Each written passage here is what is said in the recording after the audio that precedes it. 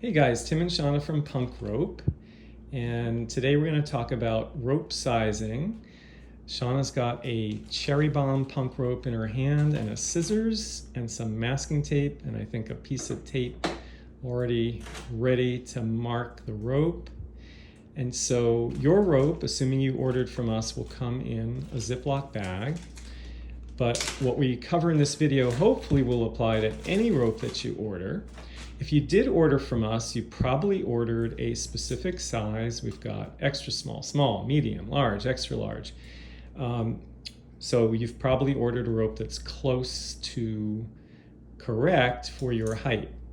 But in this video, we are using an unsized or an uncut rope. It's 10 feet long, so it's way too long for Shana. She's gonna step on it with 1 foot. She knows, and those handles now are matched, but she knows where she wants those handles from prior experience. So she's going to take one handle and put it just about armpit height,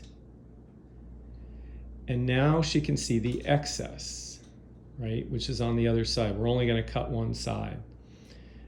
And so this would apply for you too. Even if you ordered a rope that's sized, it may need to be trimmed 1 inch or 2 inches. In this case, Sean's going to probably trim it about 2 feet. So hopefully that won't be the case with you guys. So she has figured out, based on that handle she's holding in her left hand, where she wants to trim the right side. And I'm just going to zoom in a little bit. She's holding that with her finger. Okay, now she's talk gonna about the sizing for other beginners?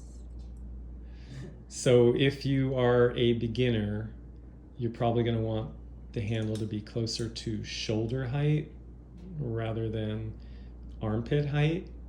That may not seem like a significant difference, but trust us, it is. And you can always shorten the rope some more. Right.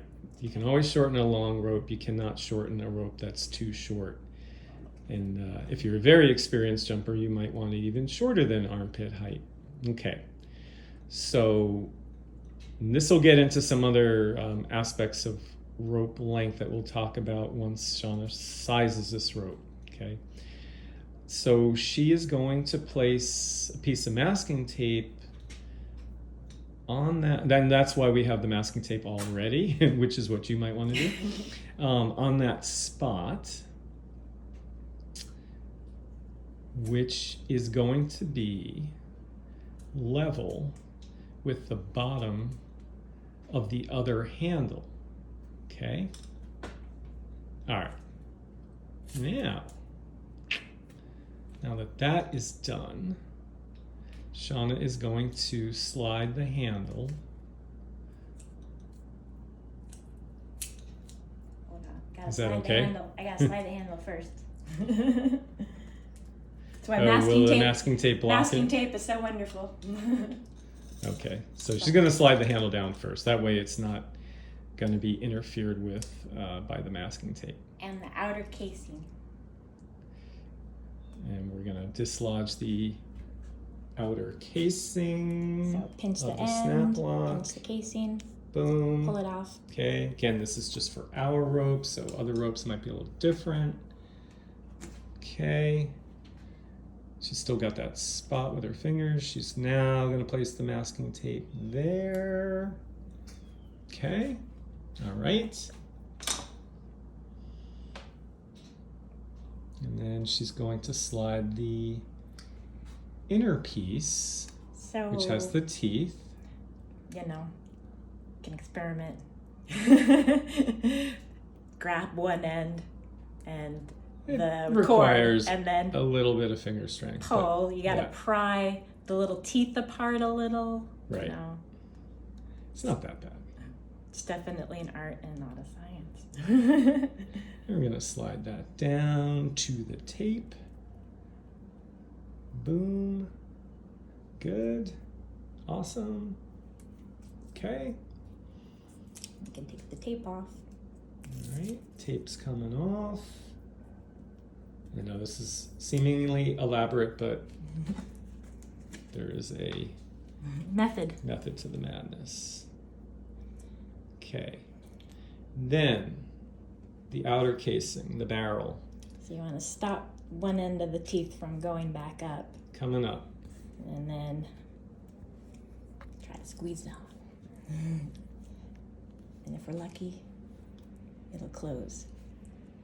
Boom. Take some finger strength. I'm not gonna lie, it does. Okay. So that's nice and secure. Yeah. Now we snip. Now you might want to leave at first, or I like to. Couple inches.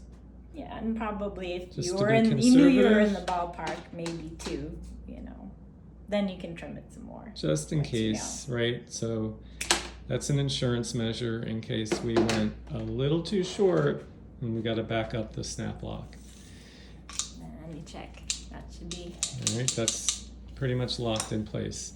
Now this seems like a pretty elaborate, time-consuming process. However, it's really important that you get it right.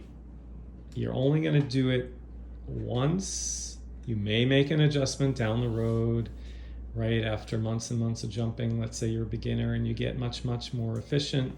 Sure, you might shorten your rope then. We'll talk about that a little more. But take your time with this sizing process. So now Shana's got one foot on the middle. She's brought the handles up, and you can see the top of the handle comes just about to the armpit, which she knows from experience is perfect for her. That does not mean it is going to be perfect for you, which is why we said at the outset, if you're new, get that handle, top of the handle, to the shoulder, maybe a little above the shoulder, right? You can always resize from there. Okay, so now we're going to move the table out of the way so that Shana can See if it test it out and see if it really is where she wants it to be. We can also show if it was a little off how you add that extra inch back on. Yes. All right, so we're looking at a couple of things. The arc of the rope above her head, not too high above. Where the rope is striking the ground, it's about 6 inches or less in front of her feet. That's perfect. And how does it feel, Shana? Good? Yeah. So this is good for her. This is great. However, couple of things to keep in mind besides your height. If you've bought a new rope, let's just say when you turn at this stage, your elbows come apart from your ribs. What that does effectively is it shortens your rope. Now, is that good technique? No, it's not. However, let's be realistic. You may not be able to fix it right away by bringing the elbows in. So initially, you may need a slightly longer rope until you adjust your form, at which point you can shorten your rope. And that's why we leave the excess and why we encourage you to leave some excess, okay? What if you drop your hands when you turn? Now the rope is going to slap the ground. It's going to seem like it's too long, but it's really not. It's only because you dropped your hands. So in this case, should we shorten it or should we leave it? Probably going to leave it and maybe tie a knot under the handle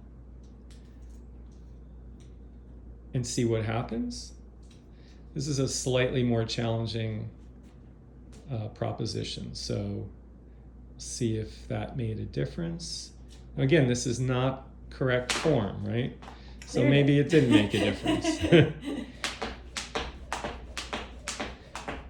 In either case, eventually, we want to clean up our form, and that way we can then determine what really is the correct size for the rope, assuming good form, right? We don't want to assume bad form. Now, what Shana just mentioned is, what if we've sized our rope, we've tested it and we're like, you know what? That is not perfect. That is a little too short. Let's show you what we're gonna do. You left yourself that little 2-inch cushion. Wiggle room. Yeah. You can get it back. Okay. On case. So there we go. Gonna dislodge the outer casing, slide up that inner snap piece. You're gonna still need like a centimeter. You still need a little bit. Unless there's the technique of putting it on. You're gonna put your finger strength to good use. Now don't be surprised if occasionally the snap flies off the handle. It happens. You know, don't freak out, guys. Hopefully your pet kitty or dog is not gonna eat it. So now this is a little too long. So, you know, yeah, for Shana it's a little too long. She had the right length the first time. We're just showing you this in case you went too short and now you need to lengthen it. This way you've left yourself a couple of inches to play with. And remember, when you're ordering from our site, you do have 5 sizes, so that covers quite a bit. But even within that, there's going to be an inch or 2 here or there that you can play with, right? 5'3" to 5'6" is still a range. So if you're 5'4", you may not use the same length rope as someone who is 5'6", and so on and so forth. This is my quick. Hopefully, yeah. So now we're going back to our original length. And then if you were super satisfied with where you're at and you want to cut that excess after using your rope for a few days, sure. At that point, you're probably fine. Okay, unless you're sharing the rope with a friend who's a different height. Not super recommended, but you know, it's an option. It's an economical option. So I know that's a lot to consider. Hopefully your brain's not going to explode. Please jot down your questions in the comments below. If you like the video, thanks for giving it a thumbs up. Hit that subscribe button. And happy jumping.